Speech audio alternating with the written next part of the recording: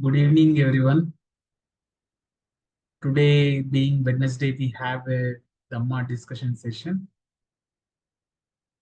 Today, we will be discussing on Suttas of happiness.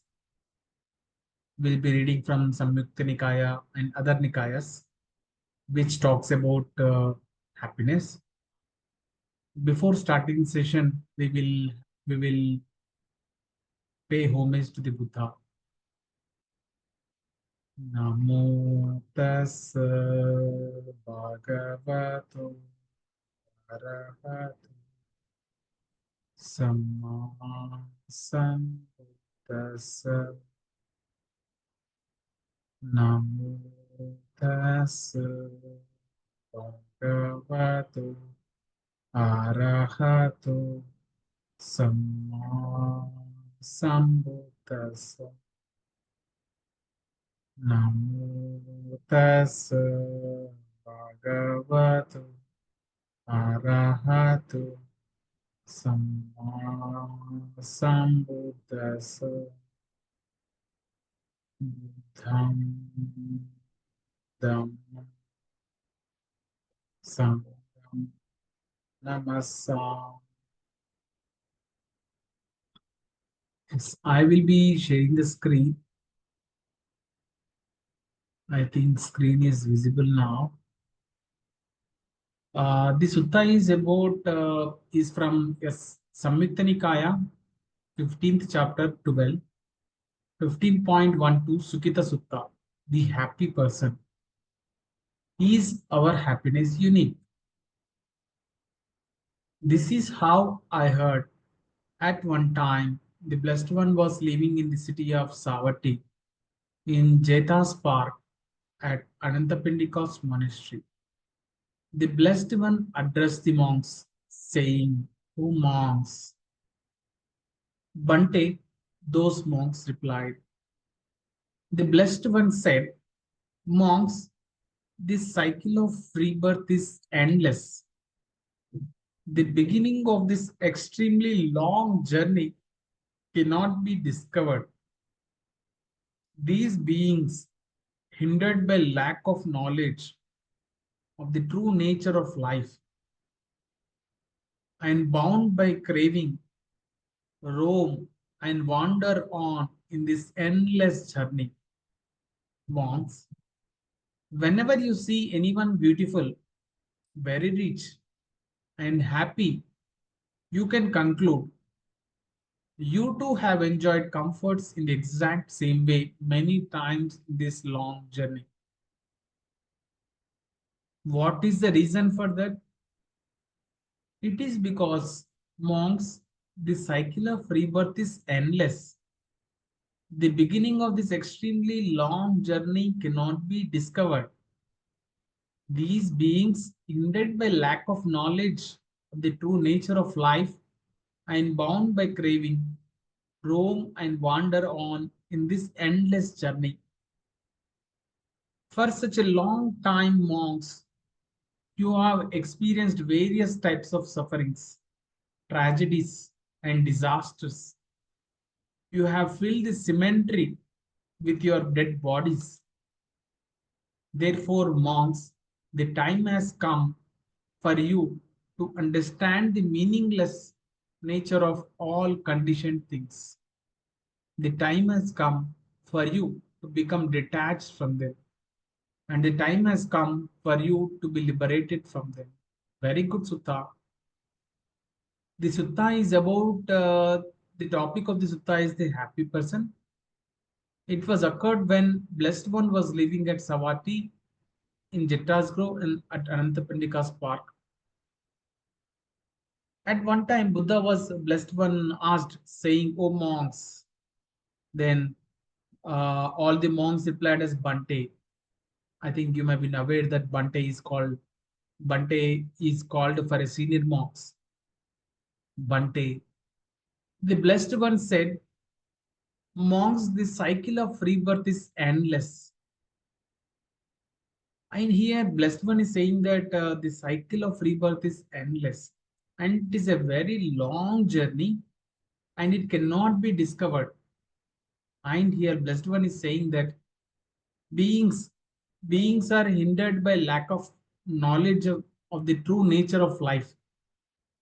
And because of that lack of knowledge, they bound by craving, roam and wander in this endless journey. And here Blessed One is quoting one of the example.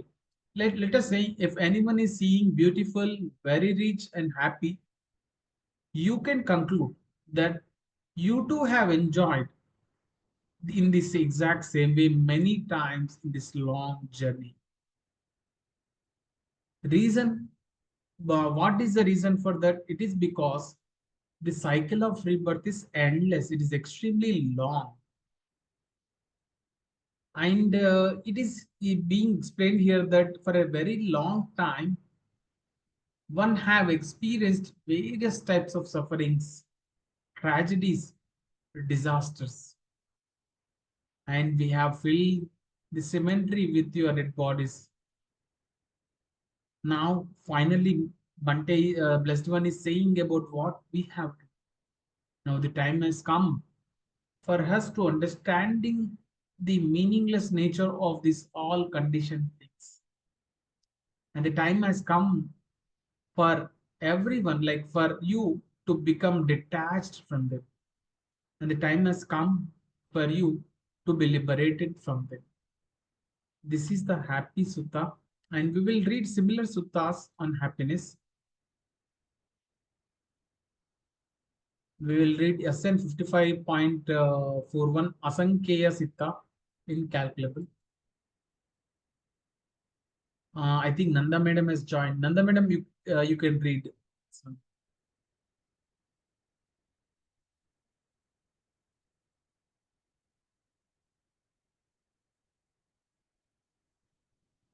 Nanda Madam, you are muted, Madam.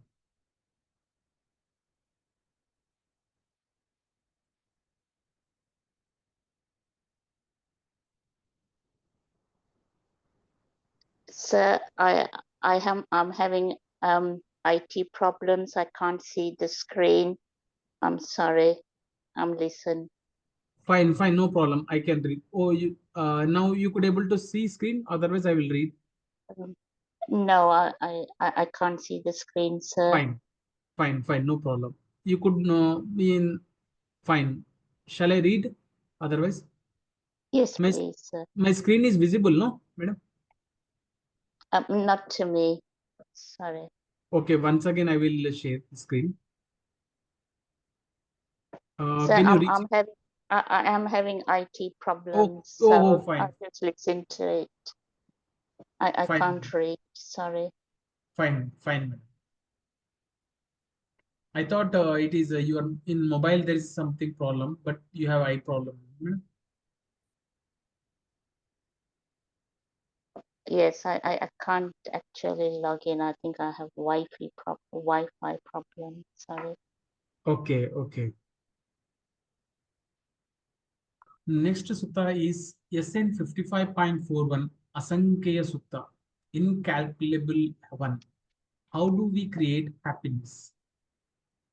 Monks, there are four kinds of streams of merit and streams of wholesomeness that generate happiness. What for? It's when a noble disciple has unshakable confidence in the Buddha, unshakable confidence in the Dhamma, unshakable confidence in the Saṅgha, and he has the virtue loved by the noble ones, leading to concentration. These are the four kinds of streams of merit and streams of wholesomeness that generate happiness.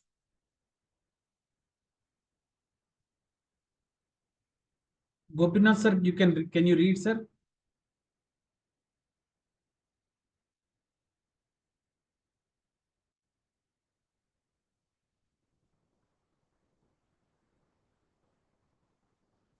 Not now, sir. Yes, yes. From here you can start reading. Otherwise, from starting you can start from this sutta. No. Hello. Yes, sir. You are muted, sir.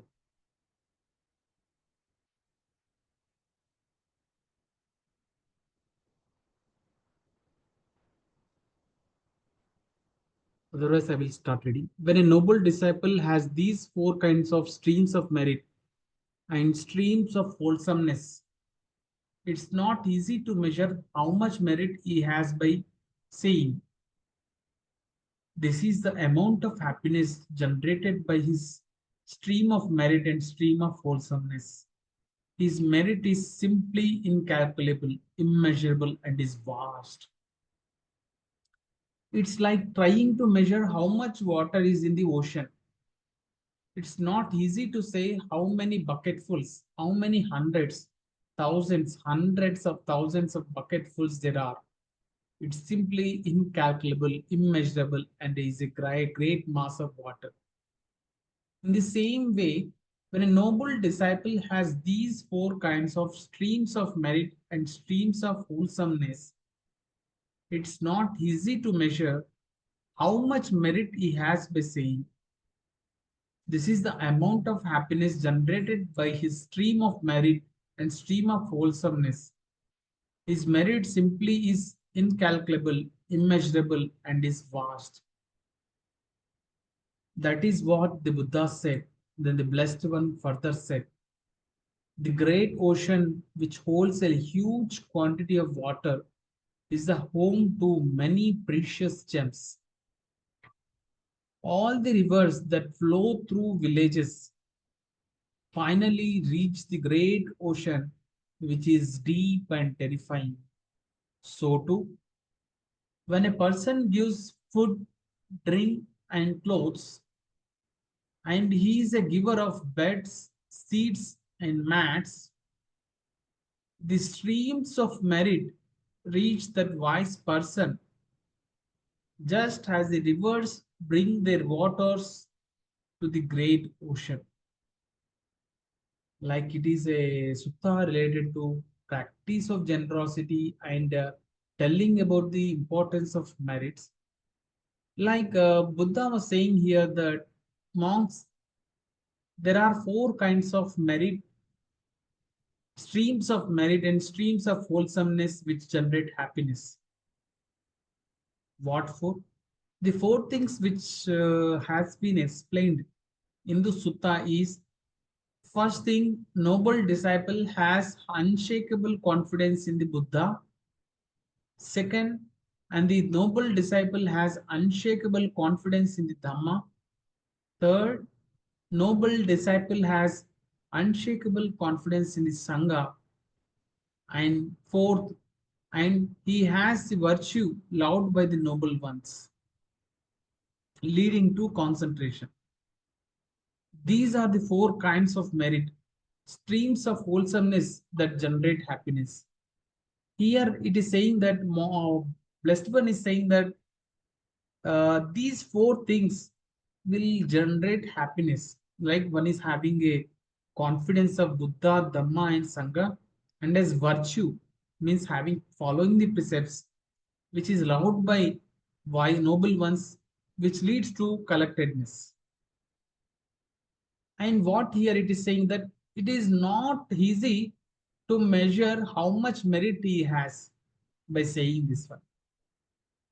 Here, it is simply, it can be said that it is incalculable. We cannot calculate how much amount of merit it is, and it is immeasurable, and it is a very vast. In similar way, here one example of ocean. Like in ocean, we cannot calculate the quantity of water present in the ocean by simply saying that these are some hundreds of buckets, thousands of buckets, or thousands of buckets. We cannot say.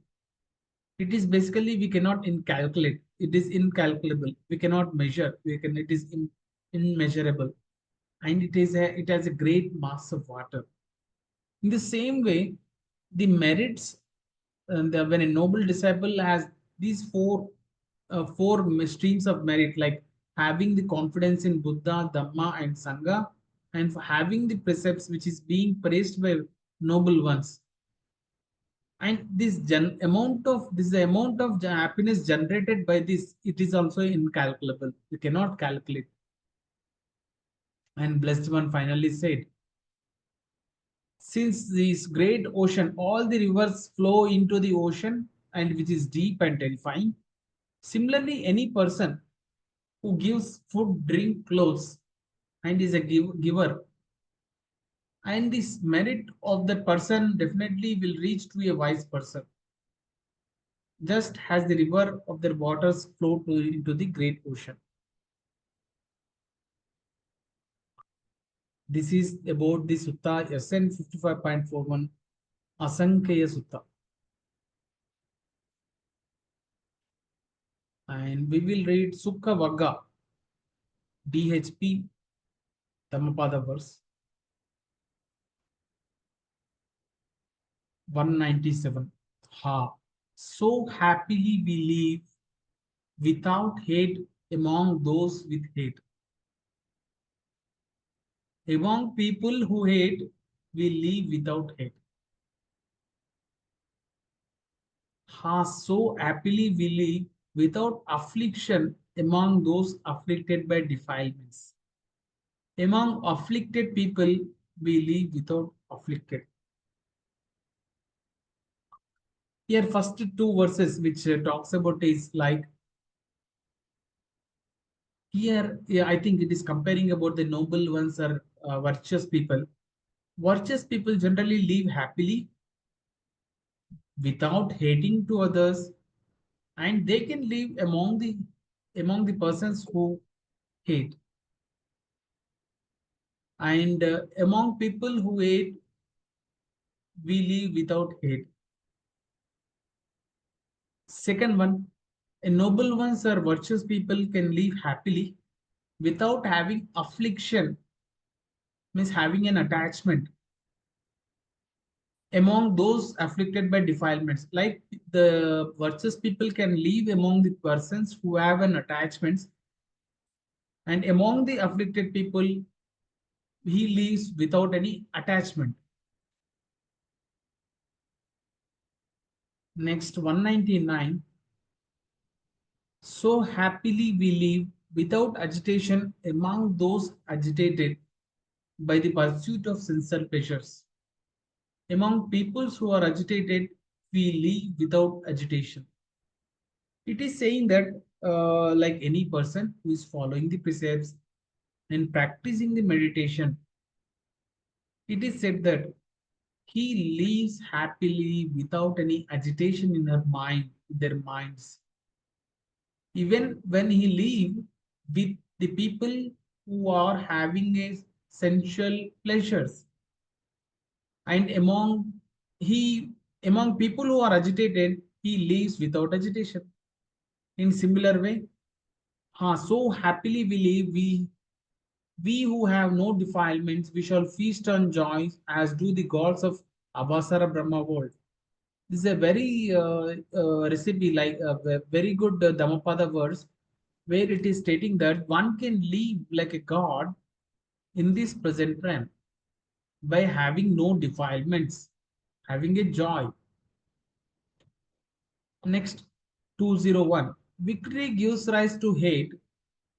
The defeated dwell in pain. Giving up both victory and defeat, the sage dwells happily. It is very relevant in the modern world where one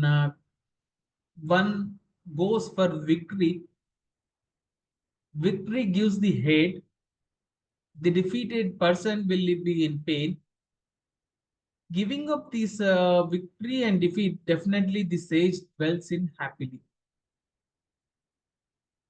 There is no fire like lust, no crime like hate, no suffering like five groups of clinging, and no happiness higher than Nibbana. It is talking about the amount of the comparison of happiness with the Nibbana. There is no happiness higher than the Nibbana, which here it is being stated. Hunger is the worst illness. Conditioned things, the worst suffering. For one who knows disease, as it really is, Nibbana is the foremost happiness. Here it is saying that the person who sees this clearly, the true nature of things, he knows that Nibbana is the foremost happiness. This is next one is really like simile, like comparing with the present world also. Good health is the most precious gain, and happiness born from realization of the truth is the greatest wealth. Trust is the greatest relative. Nibbana is the highest happiness. Like it is here, there it is talking about happiness, health, and realization of the truth and trust. By tasting the flavor of solitude and drinking the flavor of the excellent peace, Nibbana, the monk becomes free of distress and evil. Here it is saying that when one reaches the excellent peace of Nibbana, the monk will be free from distress and evil, that he will become blissful. It is good to see the noble ones, their company is always delight, free from the sight of fools, beings will always be happy. Like here it is saying that it is always good to see the noble ones and their company is always delight, which is free from the sight of fools, will always be happy. One who keeps company with fools will be sad for a long, long time. Living with fools is painful, as is living with enemies. Living with the wise is delightful, like relatives gathered together. Here it is talking about the companies of friends which you have. It is always advisable to be with the wise person. And last one, therefore, follow the noble ones who are energetic, wise, knowledgeable, committed to virtue, dutiful. One should follow such a grateful person who is truly wise as the moon always dwells in the sky. Here it is saying we need to follow the noble ones who are energetic, wise, knowledgeable, committed to virtue, beautiful. One should follow such a grateful person who is truly wise, as the moon always dwells in the sky. Sadhu, sadhu, sadhu. We will read some more suttas which are related to happiness. It is Daṇḍa Vagga. Daṇḍa Sutta actually. Children with sticks. Here it is talking about, it is from Udana.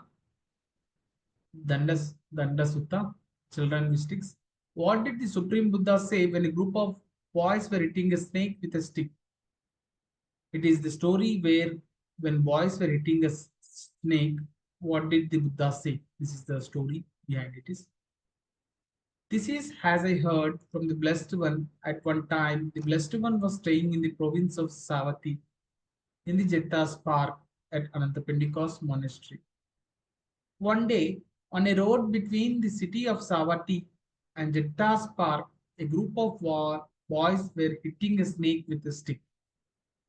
Then early in the morning, the Blessed One, having worn his robe, taken his bowl and his double robe, entered the village to collect alms food. He saw the group of boys on the road hitting the snake with a stick. Then, on realizing the true way to happiness in the world, the Blessed One spoke to the following inspired verses. Desiring his own happiness, whoever harms another being who also desires happiness will not obtain happiness after death. Desiring his own happiness, if somebody does not harm other beings who also desire happiness, will obtain happiness after death. Really, it is a very inspiring sutta which says that we need to definitely, like, someone desires for own happiness at the cost of others. will not lead to happiness after death. And the same person, if he desires for own happiness without harming anyone, and he will obtain the happiness even after death. Very good small sutta, but it is having a very deeper meaning aspects of suttas. Last sutta we will read and we will have a discussion. This is Rāja Sutta, the King of Kosala. How should we treat other people if we want to be happy? This is as I heard from the Blessed One. Those days, the Blessed One was living in the province of Savatthi in the Jettas Park at Andhapindika's monastery. King Pasenidhi of Kosala had gone with Queen Mallika to the upper floor of the royal palace. Then the king asked her, Mallika, is there anyone dearer to you than yourself? No, great king. There is no one dearer to me than myself. And what about you, great king? Is there anyone dearer to you than yourself? No, Mallika. There is no one dearer to me than myself. Then the king, coming down from the upper floor of the palace, went to the Blessed One, and having bowed down to him, sat to one side. As he was sitting there, he said to the Blessed One, just now, when I had gone with Queen Mallika to the upper floor of the palace, I asked her, Mallika, is there anyone dearer to you than yourself? When this was asked, she said to me, no, great king, there is no one dearer to me than myself. And what about you, great king? Is there anyone dearer to you than yourself? When this was said, I said to her, no, Mallika, there is no more dearer to me than myself. Then, on realizing the benefits of harmlessness, the Blessed One spoke the following inspired verse. Searching all directions with your mind, you find no one dearer than yourself. It is the same for others. Therefore, you should not harm others if you wish for your own happiness. It's a very good sutta, which is telling that, like once upon a time, when Blessed One was living in the province of Savatthi in Jettas Park in Anthapindika's monastery, one time King Pasenidhi of Kosala and Queen Mallika went to the upper floor of the royal palace. They were discussing. The king asked Queen Mallika, is there anyone dearer to you than yourself?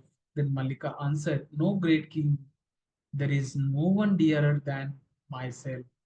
And similar question was asked by Queen Mallika to king, and the king was also answered similar way, saying that no, Mallika, there is no one dearer to me than myself. Then the king came from the upper floor of the palace, went to the Blessed One, having bowed to one side, and told about what has happened.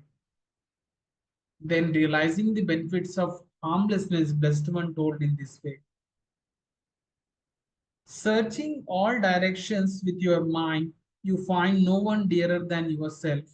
It is same for others. Therefore, we should not harm others if we wish for your own happiness. Like for getting an happiness, one should not harm anyone. Very good suttas on happiness.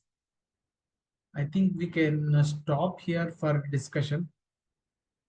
Nanda madam, do you want to share anything?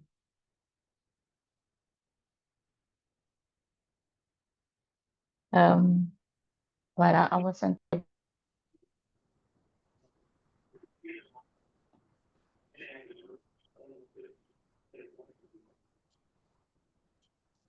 happiness. What I can say generally is come within, and I think our practice Stream 6R is very relevant because we start with radiating the feelings of unconditional, universal loving kindness to ourselves first, and then to all beings.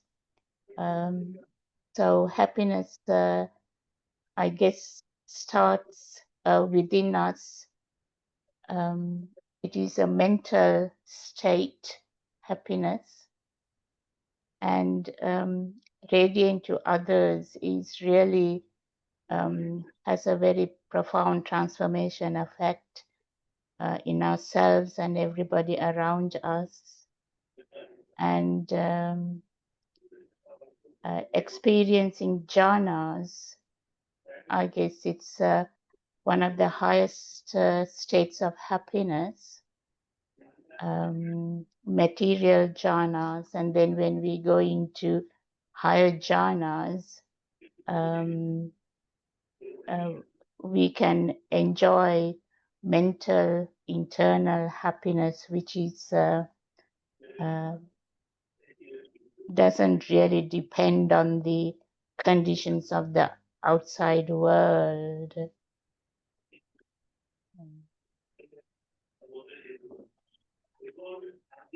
It is a good sutta.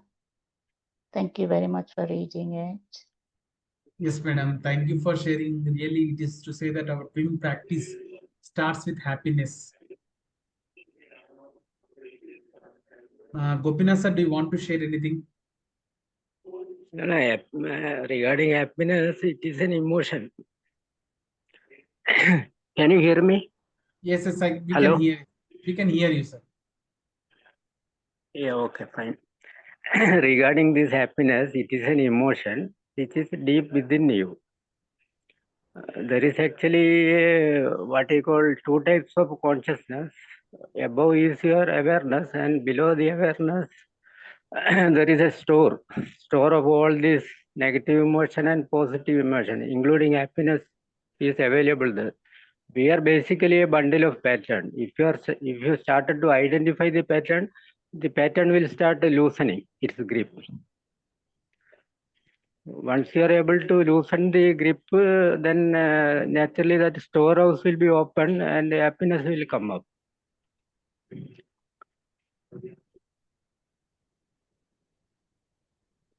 Good, sir. Good, sir. Yes, sir. But people are not able to identify the pattern which we are carrying for many lives. We are Yes. actually a bundle of patterns, hundreds of patterns. Correct, correct. Once we started to identify the pattern will start loosening up. And only that happiness springs up. Yes, correct, sir. Okay, carry on. Yes, yes. It is like whenever we get even hindrances, when we apply 6 hours, and we get disenchantment from the things which we are having an attachment. And it is like bringing up the happiness closer, closer, closer to us. Sindhu, do you want to share anything?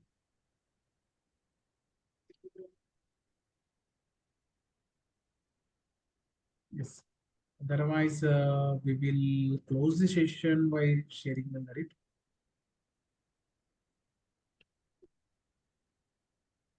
We can read all together. Screen is. May suffering ones be suffering free, and the fear struck fearless be. May the grieving shed all grief, and may all beings find relief. May all beings May all beings share this merit that we have thus acquired for the acquisition of all kinds of happiness. May beings inhabiting space and air, devas and nagas of mighty power, share this merit of ours. May they long protect Buddha's dispensation. Sadhu. Sadhu. Thank you, Gopinath sir. Thank you, Nanda madam. Thank you, Sindhu, for joining. Thanking you all, wishing all happiness.